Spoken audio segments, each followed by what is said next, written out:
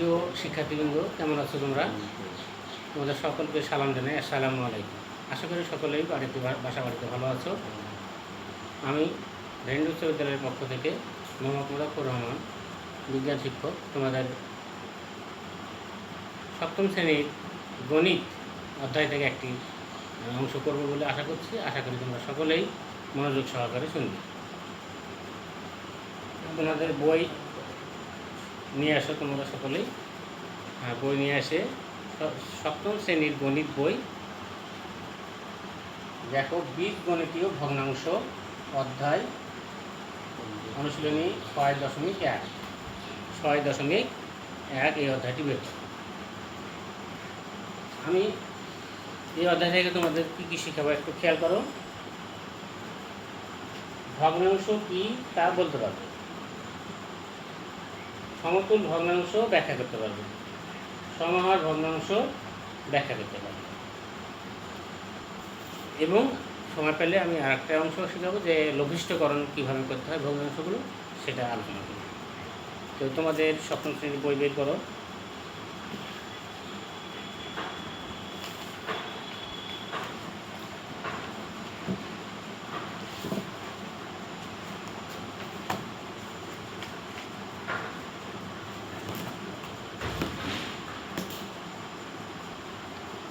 হ্যাঁ, প্রথমেই ভগ্নাংশ কাকে বলে জানো শিক্ষার্থীরা? আচ্ছা, ভগ্নাংশ দেখো,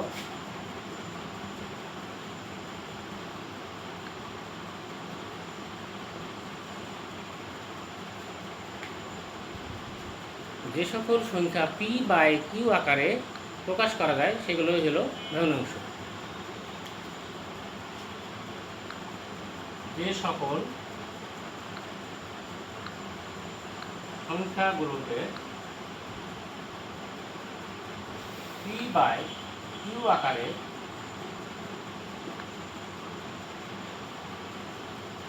প্রকাশ করা যায় ওই সকল সংখ্যাগুলোকে ভগ্নাংশ সংখ্যা বলে। p/q, এই p/qটা কি? p আমরা এটা একটা চলক ধরেছি, q এটাও একটা চলক। যে ক্ষেত্রে q এর মান অবশ্যই 0-র চেয়ে বড়, অথবা q এর মান 1-এর চেয়ে বড় হতে হবে। 0-র চেয়ে বড় অথবা 1-এর চেয়ে বড় হতে হবে, তাহলে এটা ভগ্নাংশ প্রকাশ করা যাবে। এখানে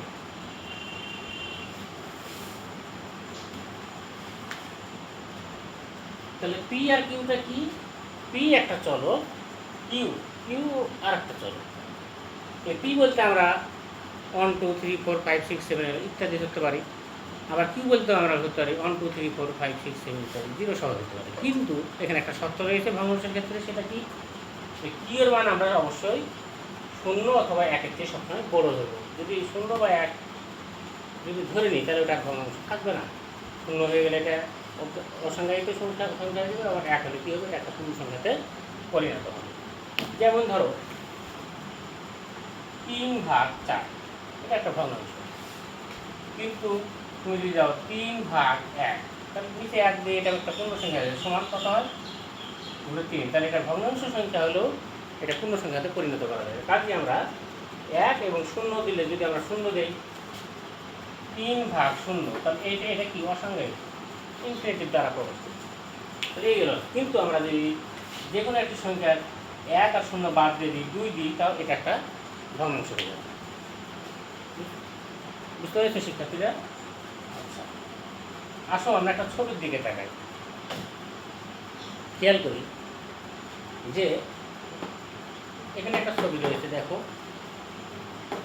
একটা চতুর্ভুজ, এটাও 2টা চতুর্ভুজ, এখানে 1 2 3টা চতুর্ভুজ। এটা পুরো সম্পূর্ণ পূর্ণ হয়ে আছে, এটা একটা পূর্ণ চতুর্ভুজ আছে। এই পূর্ণ চতুর্ভুজটাকে কী করা হলো? আমি যদি এটাকে ভাগ করে দিই, একটু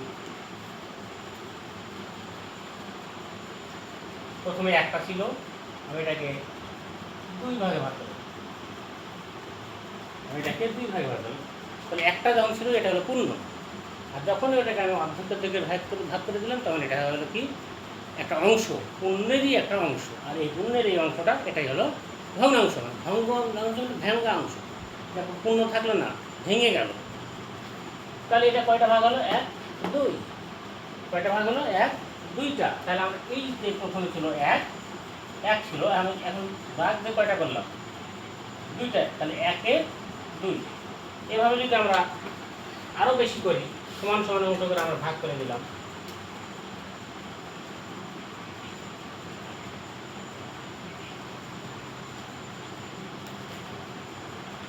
তাহলে প্রথমে এখানে 2টা ছিল, এখানে 1 2 3 4।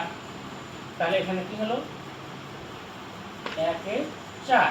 এখানে দেখো 1 2 3 4 5 6, গোটা একটা ঘর ছিল, আমরা 6টা ভাগে ভাগ করলাম। তাহলে হলো 1 এ 6। তাহলে এরা সবাই ভঙ্গিত অংশ হয়ে গেল। এটাকে বলা হচ্ছে কি?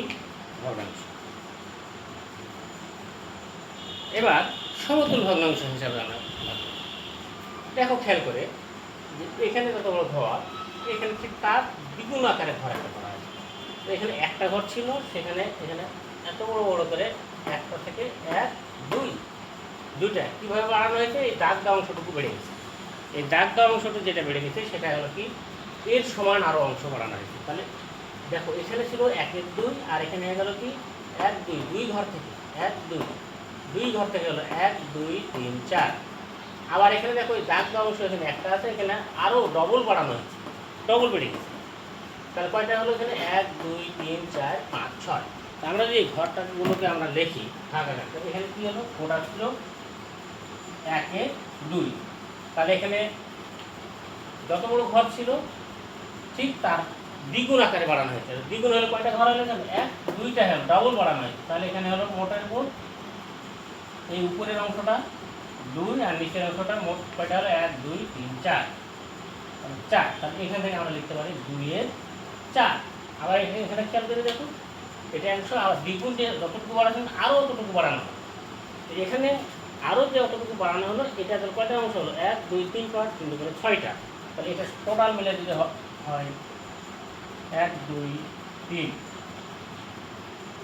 আর নিচে হলো মোট টোটাল ঘর হলো 6। তাহলে আমরা এখানে লিখতে পারি কি 3 এ 6।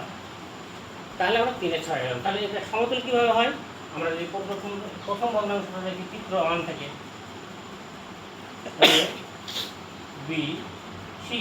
তাহলে এ থেকে আমরা পাচ্ছি কি 1 এ 2, বি থেকে আমরা কি পাচ্ছি 2 এ 4, সি থেকে আমরা কি পাচ্ছি 3 এ 6।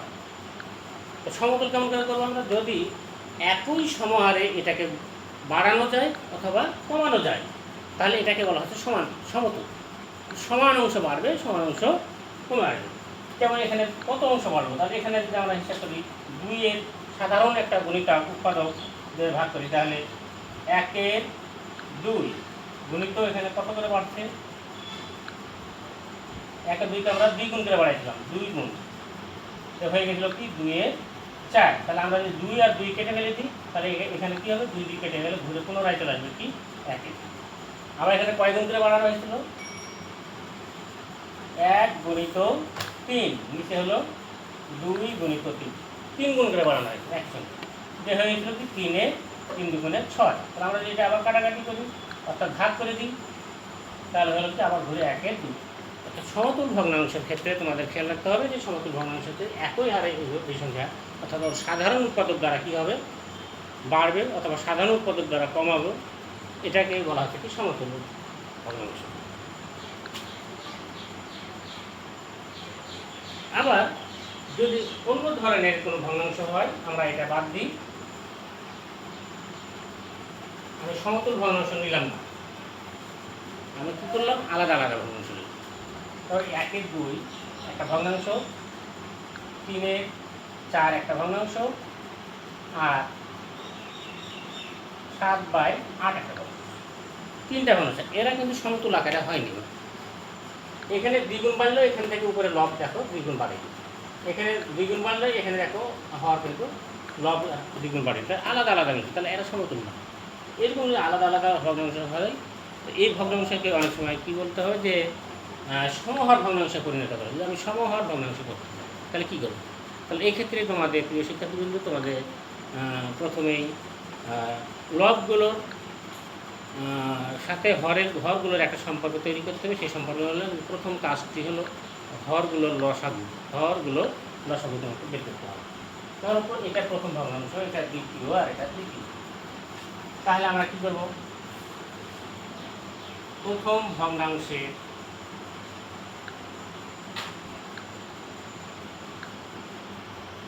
হর কত? 2। দ্বিতীয় ভগ্নাংশের হর কত? 4। তৃতীয় ভগ্নাংশের হর কত? 8। তা আমরা অতএব 2, 4, 8 এর লসাগু 2, 4, 8 এর লসাগু কত হবে? তোমরা বের করে নিবা। 2, 4, 8 এর লসাগু বের করো, তাহলে 2 এর নামটা নিবে 1, 2, 4, আবার 2 দিয়ে যায় 1, 1, 2, 2 গুণ 2 গুণ 2 সমান 4 গুণে 8। তাহলে এই আমরা পেলাম 8। তাহলে এই ভগ্নাংশকে যদি আমরা সমতুল বা সমহর বানাতে চাই, সমহর বিশিষ্ট ভগ্নাংশ, তাহলে আমরা কীভাবে করবো? যে এই যে লসাগুটা 8 পেলাম, এই 8কে আমরা প্রথম ভগ্নাংশের হর দিয়ে ভাগ করে লব দিয়ে গুণ করব। তাহলে অতএব প্রথম ভগ্নাংশের প্রথম ভগ্নাংশ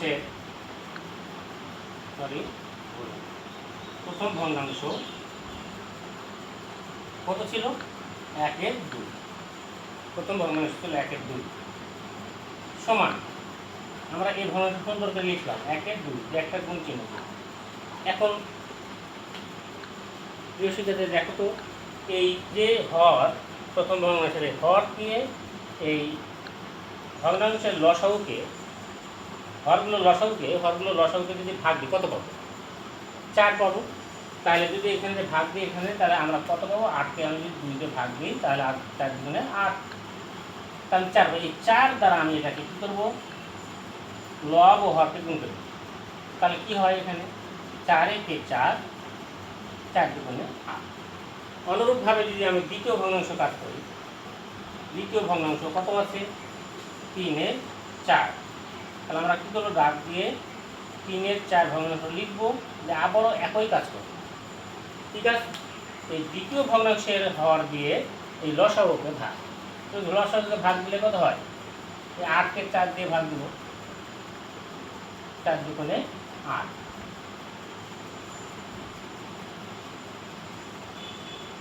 তাহলে আমরা কত পেলাম? 2 পেলাম। 2 দিয়ে ভাগ 3, তাহলে 3 দুগুণে 6, 4 দুগুণে 8। অনুরূপভাবে আমরা যে তৃতীয় ভগ্নাংশ করতে চাই, তৃতীয় ভগ্নাংশ সমান কত আছে? 7/8। তাহলে আমরা কী করবো? আবারও লম্বা করব। লম্বা করার পরে 7/8 সংখ্যাটা লিখবো, লব ও হরকে গুণ চিহ্ন দিব। 8 দিয়ে 8কে ভাগ করলে কত পাওয়া যায়? 1 পাওয়া যায়। তাহলে এই 1 দিয়ে উপরে লব ও হরকে গুণ দিব। তাহলে এখন গুণ করে দিই, 7 × 7, 8 × 8। দেখো বন্ধুরা, দেখো যে এখানে যে আমি 3টা ভগ্নাংশ ছিল, সেই 3টা ভগ্নাংশে কী করলাম? হরগুলো লসাগু 8 বের করলাম। এই 8কে আমি প্রতিটি ভগ্নাংশের হর দিয়ে ভাগ করে যে সংখ্যাটি পাওয়া গেলো, সেটা কী করলাম? লব ও হরকে গুণ করে দিলাম। এইভাবে লব ও হরকে গুণ করে দেওয়ার ফলে আমরা আলাদা আলাদা একটা করে ভগ্নাংশ পেলাম। দেখো প্রথমে ছিল 1/2, সেটা পেলাম 4/8। 3/4 ছিল, সেটা পেলাম 6/8। 7/8 ছিল, সেটা হলো 7/8। তাহলে লক্ষণীয় যে দেখো যে 3টি ভগ্নাংশের হরগুলোই কিন্তু 8 পাওয়া গেছে, আগে কিন্তু আলাদা আলাদা ছিল। তাহলে সেক্ষেত্রে আমরা কী করবো? এই যে একই রকম যখন ভগ্নাংশের হরগুলো হয়ে গেল, এটাকে বলা হচ্ছে কি? সমহার, মানে একই হর। সমহার মানে একই হর, সাধারণ হর, মানে প্রত্যেকটা হর মিলে যাবে। এটাকে বলা হচ্ছে কি? সাধারণ হর বিশিষ্ট ভগ্নাংশ পরিণত করা যায়। তোমাদের যদি এই ধরনের অঙ্ক থাকে, সমস্যা থাকে, তোমরা এবার পারবে না? আশা করছি তোমরা পারবে। আমরা রাগ অংশটুকু মিশিয়ে দিলাম, তোমরা যদি রাগ করো সেটা অবশ্যই কাটিয়ে দিবে। তো প্রিয় শিক্ষার্থীবৃন্দ, এটা তো আমরা জানলাম যে সংখ্যা দ্বারা, যদি সংখ্যা ছাড়া যদি পদ পদ দ্বারা থাকে তাও আমরা একই কাজ করব। যেমন এখানে 3টা পদ আছে, x y by x square z, আবার দেখা গেলো এখানে x square y square by z square x cube. তাহলে কী করবার সময় হবে একই কাজ। প্রথম কাজটা কি? প্রথম কাজ হলো হরগুলো লসাগু। তো এখানে হর কে কি আছে? প্রথম ভগ্নাংশের হর কি? প্রথম ভগ্নাংশের হর এক্স স্কোয়ার জেড, দ্বিতীয় ভগ্নাংশের হর উল্টাপাল্টা আছে আর তোমাদের অবশ্যই সিধা করে লিখতে হবে এক্স কিউব জেড স্কোয়ার। অতএব হরগুলোর লসাগু, হরগুলোর লসাগু, পদের লসাগু কীভাবে হয়? এক্স স্কোয়ার জেড আর এক্স কিউব জেড, দুইটা আমাদের রাশি রয়েছে। এর লসাগু কত হবে? আমরা লসাগুর ক্ষেত্রে কোনটা নেব? সবসময় সর্বোচ্চ পাওয়ারটা নেব। এখানে এক্স স্কোয়ার রয়েছে, এখানে এক্স কিউব, তাহলে আমরা কোনটা নেব? হ্যাঁ, এক্স কিউব নেব। এখানে জেড রয়েছে আর এখানে জেড স্কোয়ার রয়েছে, তাহলে কোনটা নেব? জেড স্কোয়ার, সর্বোচ্চ পাওয়ার। তাহলে লসাগুটা হবে কত? সর্বোচ্চ পাওয়ারের এক্স কিউব জেড স্কোয়ার। তা আমাদের লসাগু হলো এক্স কিউব জেড স্কোয়ার। এখন যদি সাধারণ হর করতে চাই, আমরা একই হর করতে চাই, তাহলে আবার আগের নিয়ম। তাহলে প্রথম ভগ্নাংশ আমাদের ছিল কি? X y by x square z. তা আমাদের আগের মতো করে করি, x y by x square z, একটা লব ও একটা হরে গুণ চিহ্ন দেবো। এখন আমাদের কাজ কি? আমাদের কাজ হলে হরতে এটাকে ভাগ করা। এখন বলো তো এখান থেকে ভাগ করলে কী হয়? ভাগ করবো আমরা। তাহলে ভাগ যদি বুঝতে না পারো আমরা একটু দেখাই দিই, এক্স কিউব জেড স্কোয়ার আছে, ওটাকে ভাগ দেবো আমরা এক্স টু জেড। তাহলে কী হয়? এখানে জেড নিচে একটা, উপরে দুইটা, এখানে এক্স দুইটা, উপরে তিনটা, ভাগ করলে কয়টা থাকবে? তাহলে এখানে উপরে কোথায় পাচ্ছে? উপরে তিনটা থেকে দুইটা বার, তাহলে একটা থাকে, উপরে দুইটা থেকে একটা বার, তাহলে একটা থাকে। তাহলে এক্স জেড, তাহলে উভয় পক্ষকে আমরা এক্স জেড দ্বারা ভাগ করি, না গুণ করে দেবো, গুণ করে দেবো। তাহলে আমরা কী পাচ্ছি? X square y z, x square y z, আর নিচে কী পেলাম? লসাগুটাই। তাহলে এক্স স্কোয়ার, তাহলে এক্স কিউব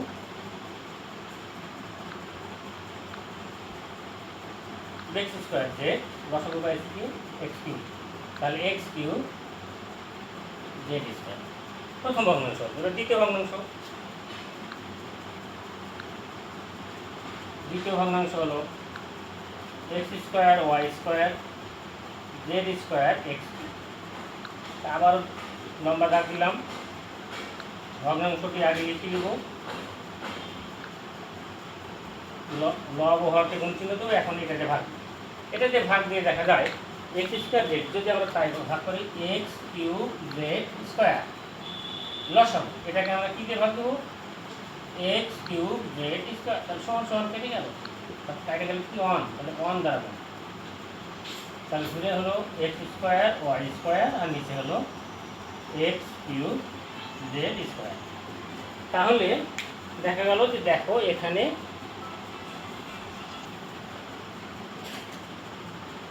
তাহলে দেখো যে দুটোরই হর, এই হর এবং এই হর, এই দুই হরই দেখো মিলে গেছে। তাহলে এটা কি বলা হচ্ছে? কি সমহর। তাহলে প্রিয় শিক্ষার্থীবৃন্দরা, যদি সমহর ভগ্নাংশ করতে হয়, আমরা যদি এই পদ্ধতিতে করি, তোমরা যদি একটু মনোযোগ সহকারে দেখো, তাহলে আশা করি যে সকলে বুঝতে পারবে, এই সমহর ভগ্নাংশ তৈরি করতে পারবে। আর আগামী ক্লাসে তোমাদের বৈশিষ্ট্যকরণ কীভাবে করা হয় সেটা আমরা আলোচনা করব। তো আজকে এই পর্যন্তই তোমাদের। আমরা আশা করি এই সময়ে তোমরা যারা বাড়িতে অবস্থান করছো তোমরা সকলেই মনোযোগ সহকারে এই ক্লাসগুলো দেখবে।